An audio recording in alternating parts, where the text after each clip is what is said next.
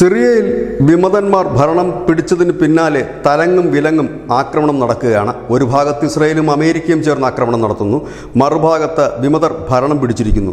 അങ്ങനെ ആക്രമണത്തിൻ്റെ ദിവസങ്ങളാണ് ഇപ്പോഴും സിറിയയിലെന്ന് പറയേണ്ടി വരും.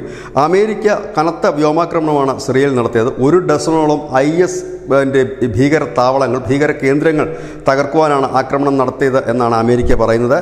ഒപ്പം തന്നെ ഇസ്രായേൽ ഈ ഹിസ്ബുള്ളയുടെ സൈനിക ഡിപ്പോകളും മറ്റും തകർത്തിരിക്കുന്നു. അവർ പറയുന്നത് ഈ ആയുധങ്ങളും മറ്റും ഇപ്പോൾ ഭരണത്തിൽ എത്തിയിരിക്കുന്ന ഭീകരരുടെ കയ്യിൽ കിട്ടിയാൽ അത് കൂടുതൽ പ്രശ്നങ്ങളുണ്ടാക്കും. അതുകൊണ്ടാണ് ഹിസ്ബുള്ളയുടെ ആയുധങ്ങൾ തീർക്കുന്നത്. അതായത് ഈ പുതിയ ടീം അധികാരം പിടിച്ച ഉടൻ തന്നെ അമേരിക്കയും ഇസ്രയേലും അവരുടെ എതിരാളികളായ ISനെയും ഒപ്പം തന്നെ ഇസ്രയേൽ ഹിസ്ബുള്ളയെയും സിറിയയിൽ നിന്ന് പൂർണ്ണമായി തന്നെ ഇല്ലാതാക്കുവാനുള്ള വ്യോമാക്രമണമാണ് ഇപ്പോൾ തുടങ്ങിയിരിക്കുന്നത്. അതിനിടയിൽ ഗോലൻ കുന്നുകൾ സംരക്ഷിക്കുന്നതിൻ്റെ ഭാഗമായി ഇസ്രായേൽ അതിർത്തിയിലുള്ള ബഫർ സോൺ ഇസ്രായേൽ പിടിച്ചെടുത്തു. ഇസ്രായേൽ പറയുന്നത് ഈ പിടിച്ചെടുക്കൽ താൽക്കാലികം മാത്രമാണ്, സമാധാനം ഉണ്ടാകുമ്പോൾ അതിൽ നീക്കുപോക്കുകൾ ഉണ്ടാകും എന്ന് പറയുന്നു. ഏതായാലും ഇന്നലെ തന്നെ ഇസ്രായേൽ വലിയ രീതിയിലുള്ള സൈന്യവിന്യാസം സിറിയയുടെ അതിർത്തിയിൽ നടത്തിയിരുന്നു.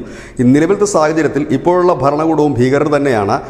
അവർ നിലവിൽ ഇസ്രായേലിനും അമേരിക്കയ്ക്കും എതിരെ ഒന്നും പ്രവർത്തിക്കുന്നില്ല എങ്കിൽ ഭാവിയിൽ അങ്ങനെ ആയിക്കൂടാ എന്നില്ല. അവരുടെ പക്കലേക്ക് ഹിസ്ബുള്ളയുടെ ആയുധങ്ങളും മറ്റും എത്താതിരിക്കുന്നതിന് വേണ്ടിയിട്ടാണ് ഈ അസദിൻ്റെ ഭരണകാലത്ത് ഇറാൻ്റെ സഹായത്തോടെ സംഭരിച്ചു വച്ചിരിക്കുന്ന ആയുധങ്ങളും ആയുധ ഡിപ്പോകളും ബോംബ് നിർമ്മാണ കേന്ദ്രങ്ങളും മിസൈൽ നിർമ്മാണ കേന്ദ്രങ്ങളും എല്ലാമാണ് ഇസ്രായേൽ തകർത്തിരിക്കുന്നത്. ഏതായാലും സിറിയയ്ക്ക് സ്വസ്ഥതയില്ല എന്ന് തന്നെ പറയേണ്ടി വരും. ന്യൂസ് ഡെസ്ക് ന്യൂസിൻ്റെ മലയാളം.